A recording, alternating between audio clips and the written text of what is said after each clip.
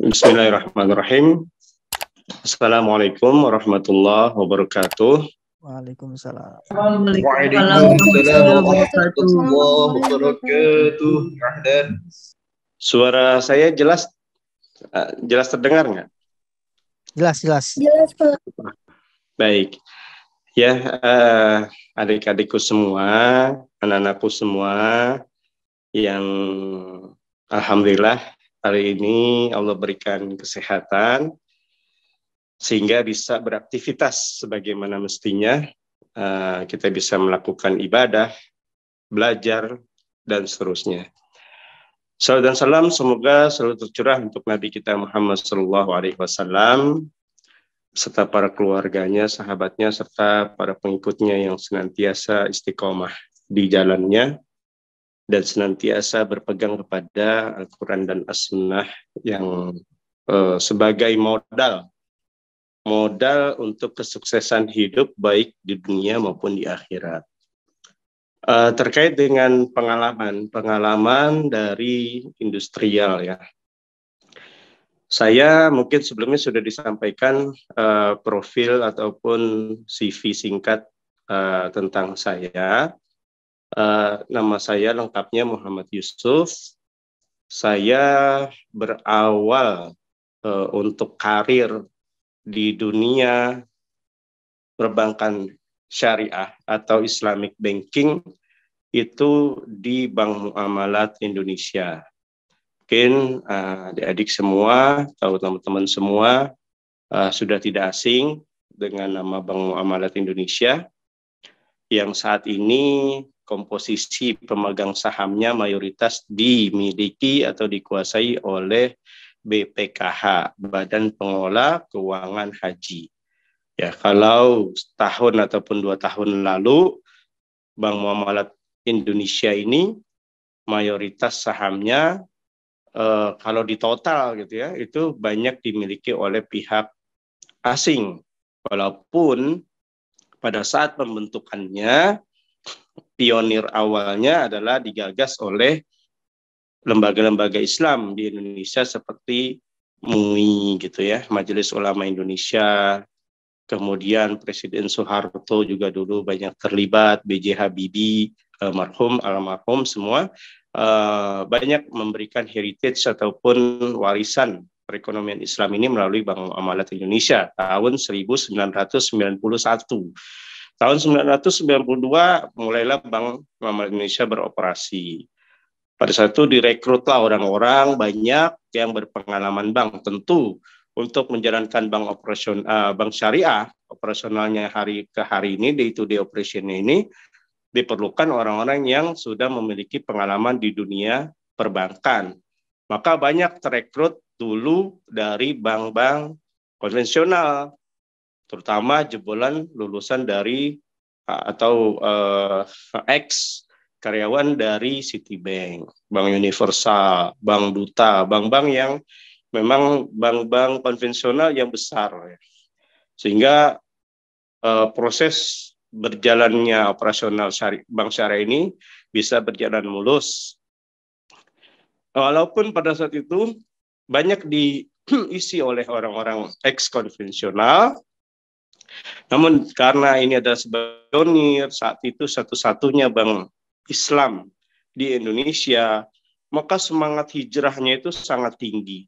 Ya, mereka benar-benar bukan hanya berpindah kerja, tetapi juga siap hijrah berpindah dari sisi ideologi. Ya, ideologi dalam arti itu pemikiran, konsep, dan sebagainya. Sehingga kalau mau dibandingkan, bukan berarti karena saya pernah bekerja di Bank Muamalat, ya sekarang sudah tidak di Bank Muamalat, tapi di industri tetap sama di bidang keuangan, cuman di industri yang sifatnya bukan bank, di perusahaan umum, perusahaan kesehatan.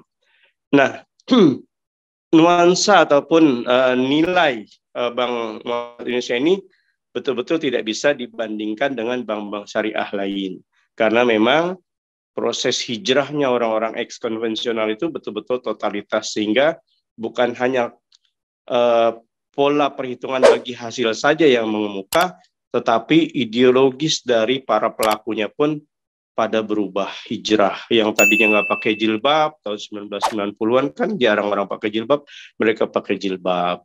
Bahkan pernah di zaman tahun 1999, setelah krisis ekonomi Indonesia pernah mengalami krisis ekonomi tahun 1998, di situ bank yang tadi jumlahnya di atas 200-an itu banyak yang kena likuidasi. Akhirnya mereka semua tumbang, tutup, tidak mampu menghadapi krisis moneter pada saat itu, di mana kurs rupiah terhadap dolar yang tadinya 2.000 rupiah per dolar itu menjadi 10.000 bahkan sampai 15.000 rupiah per dolar tahun 1999. Itu benar-benar menghantam. Banyak kredit macet, banyak pengusaha-pengusaha yang tadinya minjem untuk belanja impor barang dengan harga dolar, karena perubahan yang sangat drastis dari nilai tukar 2.000 menjadi 15.000, berarti 7 kali lipat dia harus membayar cost ataupun biaya untuk satu unit barang yang dia pesan. Itu banyak yang kolaps. Banyak perusahaan yang tutup, gulung tikar, akhirnya kredit ataupun pembiayaan ke bank syariah, ke bank-bank itu pun banyak yang gagal, ya, gagal untuk bayar angsuran. Maka ketika gagal, bank mulai mengalami krisis yang namanya krisis likuiditas. Krisis likuiditas, bank kesulitan mendapatkan dana segar. Tahun 1999 itu banyak bank-bank akhirnya mengambil tindakan konyol, ya. Tindakan konyolnya adalah dengan cara mereka memancing dana-dana segar supaya masyarakat mau menyimpan dananya ke mereka dengan iming-iming bunga besar. Mereka pasang, bahkan ada yang memasang bunga simpanan deposito 50% per tahun, 70% per tahun. Jadi orang kalau punya duit pada saat itu 1 juta, dia taruh gitu kan. Itu sebulan kemudian dengan suku bunga yang tinggi, bahkan bukan tahunan lagi tapi bulanan, sampai 5%, dia bulan depan udah bisa narik dananya 1.500.000. Bayangkan. Jadi betul-betul menarik. Secara strategi mereka berhasil menghimpun dana segar. Karena krisis kan, masuk duit dari orang-orang yang minjam itu terhambat karena krismon tadi, banyak perusahaan yang nggak sanggup, tutup. Akhirnya mereka kesulitan dapat duit. Untuk apa? Untuk bayar gaji, untuk bayar biaya operasional, bayar listrik, bayar air, telepon, internet. Dulu belum ada internet, telepon, dan sebagainya. Nah, itu membiayai itu, mereka nggak punya uang karena yang ngangsur sudah tidak bisa lagi. Akhirnya dia memancing dana segar dengan cara memberikan bunga deposito yang tinggi. Tapi namanya bank konvensional, kan mereka kan fix, ya, fix rate kan, rate yang tetap, bunga yang tetap. Jadi komitmen ketika ada orang nabung, take 1 juta, nabung take 100 juta, bulan depan bisa ngambil 150 juta karena bunga 50%. Nah, ini menjadi bumerang. Akhirnya mereka membayar bunga yang tinggi, satu sisi lain mereka tidak dapat pemasukan dari pembiayaan yang mereka sudah lontarkan sebelum-sebelumnya. Ini terjadi yang namanya negative spread. Negative spread di mana uang yang masuk dari sektor pembiayaan tidak bisa mengcover uang yang keluar untuk bayar bunga. Karena bayar bunga depositonya 50% kepada para deposan, maka untuk bisa ngambil keuntungan mereka menerapkan bunga 75%, 80% kepada para peminjam. Udah tercekik para peminjamnya. Tutup buat bayar bunga bank nggak sanggup, buat biaya operasional nggak sanggup, banyak yang gulung tikar. Akhirnya 100 lebih bank-bank konvensional pada saat itu ditutup, jegrek. Nah, Bank Muamalat pada saat itu satu-satunya bank syariah yang menerapkan sistem bagi hasil di sana aman, tentram. Kenapa? Karena dia tidak terjebak pada negatif spread tadi. Kenapa tidak terjebak pada negatif spread? Karena bank muamalat berprinsip bagi hasil. Ada hasil dia bagi, tidak ada hasil tidak dibagi. Maka para penabung pun yang tadinya teriming-imingi oleh bank-bank konvensional dengan bunga tinggi, mereka pindah ke sana semua, tapi walhasil bunga alih-alih dapat bunga bank yang besar, yang ada duit mereka tersangkut karena banknya tiba-tiba gulung tikar, dilikuidasi oleh Bank Indonesia. Gitu. Dulu belum ada OJK. Nah itulah akhirnya bank muamalat satu-satunya bank syariah, satu di antara sekian bank yang masih bisa bertahan dari hantaman krismon. Di situ membuktikan bahwa sistem bagi hasil ini sangat-sangat tangguh. Nah, disitulah mulai bank-bank konvensional mengkonversikan diri menjadi bank syariah. Ya, mulai dari membuka Windows syariah. Kita kenal namanya UUS, unit syariah, gitu ya. Unit usaha syariah. Jadi bank konvensional, tapi di counter pojoknya ada layanan syariah pakai bagi hasil gitu. Walaupun nanti ya pegawainya yang nggak pakai jilbab biasa bank konvensional, tapi layanannya saja dengan metode pakai hitungan bagi hasil. Kemudian ada lagi dari situ mulailah merasa ajeb, merasa puas dengan konsep syariah, dengan konsep bagi hasil, mulailah bank mulai melakukan pemisahan, spin-off. Jadi dulu kita mulai mengenal ada namanya Bank BNI Syariah, ya spin-off. Mereka memisahkan diri, BNI konvensional ada, BNI Syariah ada. Mandiri ada, Mandiri Syariah ada. Terus seperti itu. Sampai sekarang akhirnya muncul Bank Syariah Indonesia. Ya, merger dari beberapa bank syariah BUMN tadi. Seperti BNI Syariah, BRI Syariah, BTN Syariah, dan Bank Syariah Mandiri. Nah, itu yang membentuk BSI. Oke, kembali lagi, akhirnya Bank Muamalat Indonesia dengan segala kondisi yang ada tetap bertahan sampai hari ini, sampai sekarang ya. Walaupun bukan punya pemerintah, bukan dikuasai oleh BUMN ataupun BUMD, namun alhamdulillah Bank Muamalat tetap eksis. Ini merupakan satu ikon bahwa Bank Syariah di Indonesia yang sejak awal berdirinya hingga sekarang satu-satunya bank yang murni, ya, tidak tercampur, tidak pernah muncul dari rahim konvensional, itu adalah Bank Muamalat Indonesia tadi. Nah, dialah yang tetap eksis sampai sekarang. Mulai tersebar cabangnya dari Sabang sampai Merauke. Oke, itu tentang Bank Muamalat, konsep syariah yang diemban ataupun yang dibawa, yang dipakai oleh Bank Muamalat, mampu dengan izin Allah menyelamatkannya dari badai krisis moneter pada tahun 1998. Nah, untuk itu semakin berjalan ke sini dengan semakin merebaknya banyak bank-bank syariah di tempat pada bermunculan buka, maka Bank Muamalat pun juga mengikuti perkembangan teknologi finansial ataupun finansial teknologi atau kita kenal dengan fintech ya. Bank Muamalat mulai memunculkan internet banking, kemudian apalagi phone banking awal-awal dulu sebelum ada internet, phone banking, kemudian ada internet banking, bahkan sekarang sudah ada handphone. Semua orang tidak mungkin tidak punya handphone.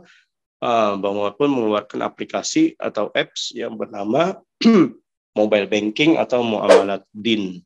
Nah, jadi ini sebagai contoh saja, ada satu bank syariah yang sejak awal lahirnya bank syariah tetap syariah sampai sekarang dan menjadi contoh keteladanan menghadapi krisis moneter pada tahun itu, pada tahun 98, dan selamat membawa karyawannya terus sampai akhirnya merasa betul-betul berjuang di bidang ekonomi Islam. Ya, ini sebagai contoh. Nah, adapun pengalaman saya pribadi ketika bergabung di Bank Muamalat dulu, jadi saya bermula dari posisi yang paling dasar, ya. Posisi yang dasar sebagai staf junior. Pada saat itu proses rekrutmen terhadap diri saya, ini saya cerita pengalaman pribadi ya, supaya menjadi gambaran umum buat teman-teman, nanti buat adik-adik semua, anak-anak semua, apa sih yang mesti dipersiapkan. Jadi pada saat itu saya mengikuti proses tes yang lumayan ketat ya. Pada zaman itu tahun 96 saya masuk Bank Muamalat. Itu proses rekrutmennya itu sangat ketat kalau menurut saya. Kenapa? Waktu itu saya ada menjalani proses yang namanya tes ilmu pengetahuan umum, yang pengetahuan umum ini benar-benar umum. Jadi di sana ada butir-butir soal yang harus saya jawab. Pengetahuan umum ini meliputi pengetahuan kita tentang ekonomi, tentang perbankan, tentang Indonesia itu sendiri. Terus habis itu saya ikut tes yang kedua ketika pengetahuan umum lulus, masuk tes pengetahuan tentang dasar-dasar keislaman. Dasar-dasar keislaman ini betul-betul kita seperti tes mau masuk sekolah Islam. Ada pertanyaan tentang akidah, tentang nama-nama malaikat, tentang nama-nama rukun Islam, rukun iman, itu semua Al-Quran itu diteskan di Bank Muamalat waktu itu. Terus habis itu pengetahuan Islam selesai, masuk tes berikutnya, tes bahasa Inggris. Tes bahasa Inggris ini ya kita bicara tentang grammar, structure, ya, tentang bahasa Inggris dasar, itu sebagai requirement awal untuk seorang karyawan bank syariah pada saat itu. Habis tes bahasa Inggris selesai, udah 3 ya, pengetahuan umum, pengetahuan Islam, kemudian bahasa Inggris, kemudian yang keempat adalah ikut psikotes. Psikotes ikut dari pagi sampai sore. Setelah psikotes selesai, yang kelima tes medical check up. Medical check up ini kita tes cek kesehatan, urin, mata, ronsen, semua dicek. Setelah medical check up selesai, dipanggil satu persatu wawancara dengan para pimpinan bank pada saat itu. Wawancara, selesai masuk, tek, lulus, mulai diikutsertakan ke dalam kursus singkat perbankan syariah. Kursus singkat perbankan syariah, saya masuk ke sebuah lab ya, bank mini. Jadi Bank Muamalat dulu punya lab namanya Bank Mini, itu di kawasan Menteng, Jakarta Pusat. Itu di sana kami selama 3 bulan praktek perbankan dari mulai teori sampai praktek. Betul-betul kita berperan sebagai karyawan bank. Jadi kursus singkat itu 3 bulan intensif. Itu kita diajarin bagaimana cara membuat jurnal pembukuan. Kalau nasabah menyetorkan uang ke teller, apa yang terjadi jurnal akuntingnya di teller, gitu. Debit kas, kredit rekening nasabah. Kalau nasabah menarik uangnya, apa yang terjadi jurnalnya di teller. kalau nasabah transfer uang, debit dari rekening ataupun dari tunai, bagaimana jurnalnya, itu semua jurnal-jurnal debit kredit itu kita diajarkan di dalam Bank Mini tadi. Kemudian belajar form, tiket-tiket yang harus digunakan itu kan. Kita apa ini namanya, betul-betul seolah-olah sebagai karyawan bank pada saat itu. Kita walaupun apa ya, dalam keadaan kursus itu sudah dikondisikan seperti seorang karyawan bank.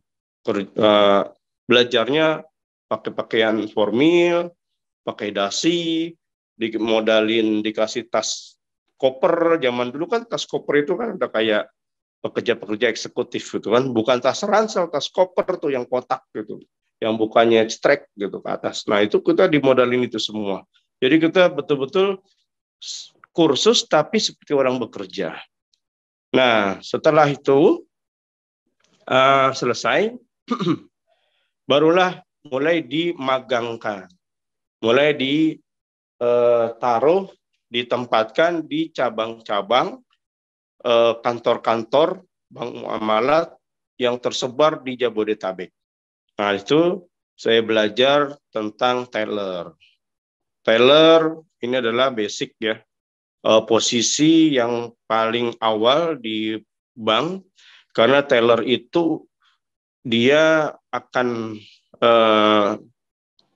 apa namanya, bisa menguasai yang namanya posisi keuangan harian per teller. Jadi teller itu sebagai gambaran, teller itu akan dikasih yang namanya box teller. Box teller ini berisi uang modal awal kita sebagai teller dengan pecahan, berbagai macam pecahan.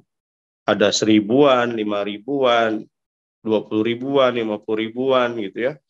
Itu bekal awal untuk seorang teller membuka counter layanan di banking hall.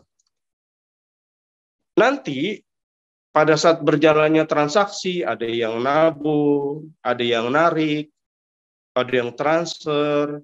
Itu nanti kita harus buat laporan akhir hari itu, seorang teller itu. Modal awal kita pada saat buka berapa? Ada orang setor berapa orang, jumlah nominalnya berapa, dikurangin yang narik berapa, saldo akhir berapa, saldo disetor ke head teller berapa, maka saldo sisa terakhir sekali di dalam box berapa. Nah, ini harus dibuat. Nah, dibuat dalam satu laporan harian yang namanya blotter teller. Jadi ada blotter teller, di mana di situ ada formulir yang harus diisi oleh seorang teller, berapa modal awal dia minta tambahan uang dari head teller atau tidak di pagi harinya, atau disebut dengan teller exchange.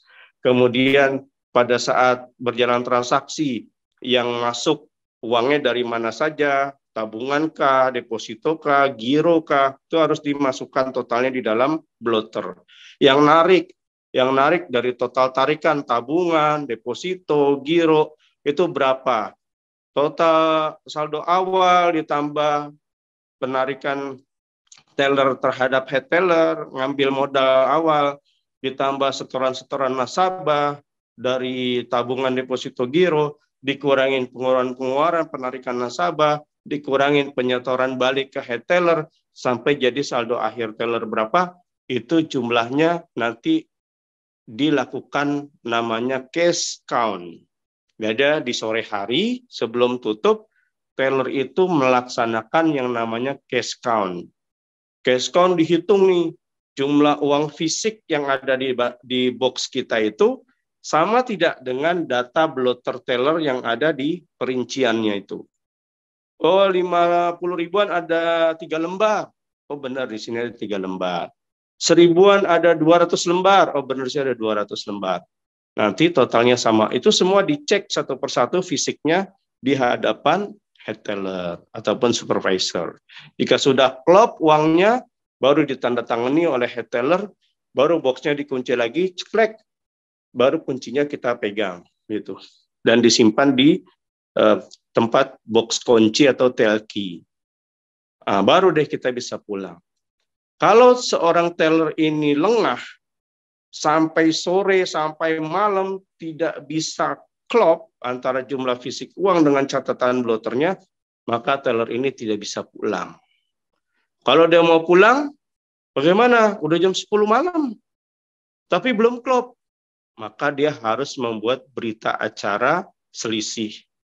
Bikin berita acara selisih, tanda tangan di atas materai, dan dia harus siap menunggu keputusan nanti untuk mengganti dengan uang pribadi atau dia dikenakan penalti ataupun sanksi berupa pemecatan gitu.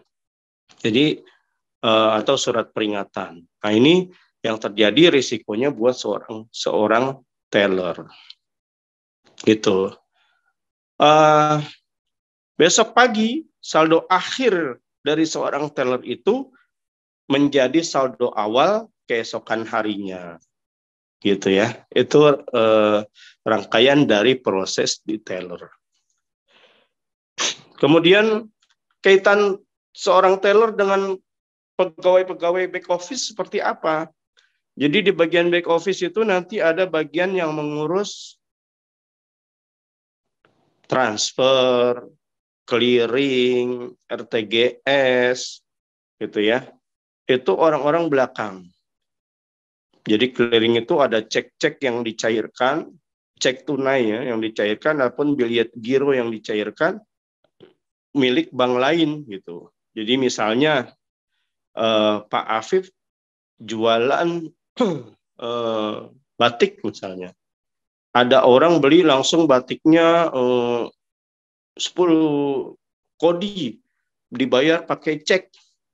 Nah, cek ini kan atau biliet giro ini kan harus dicairkan nih, harus diuangkan nih oleh Pak Afif. Maka Pak Afif akan pergi ke banknya dia. Katakanlah Pak Afif punya rekening di Bank Syariah Indonesia dan beliau mendapatkan pembayaran atas penjualan barangnya itu berupa biliet giro ataupun cek dari Bank Muamalat misalnya atau dari BCA misalnya. Maka dia harus mencairkan cek ataupun biliet giro itu, datang langsung ke BCA-nya boleh, atau kalau dia malas karena jauh, dia datang ke banknya sendiri. Nanti di situ akan dilakukan yang namanya proses clearing. Proses clearing. Nanti cek itu ataupun biliet giro itu akan masuk ke BI Bank Indonesia, kemudian nanti akan pulang ke rumahnya si cek BG ini berasal, yang punya BCA akan lari ke BCA, yang punya BNI akan lari ke BNI, punya Mandiri akan lari ke Mandiri. Nanti orang-orang back office-nya Mandiri, BCA, BNI akan melakukan proses pendebetan rekening atas pencairan cek tersebut setelah melalui proses verifikasi, tanda tangannya oke, saldonya ada, dan seterusnya. Baru deh cair. Uangnya ditransfer masuk ke rekening Pak Afif. Nah, itu yang ada di back office. Kemudian apa lagi yang ada di bank yang terlibat oleh teller? Misalnya bagian umum. Bagian umum atau general affair, dia mau mengambil petty cash, uang kecil ya, uang kas kecil. Untuk apa? Biasanya untuk pengeluaran-pengeluaran, beli bensin, untuk beli apa lagi, benda-benda yang sifatnya habis terpakai. Beli tinta, beli pulpen, misalnya beli cash gitu ya. Nah, dia minta uang cashnya dari teller. Dicatatkan ke rekening antar bagian. Nah, itu kira-kira. Saya masih ada waktu berapa menit, Pak Afif? Masih ada waktu 15 menit. 15 menit. Baik, 15 menit mungkin kita buka forum tanya jawab saja ya, biar lebih berkembang ininya, diskusinya.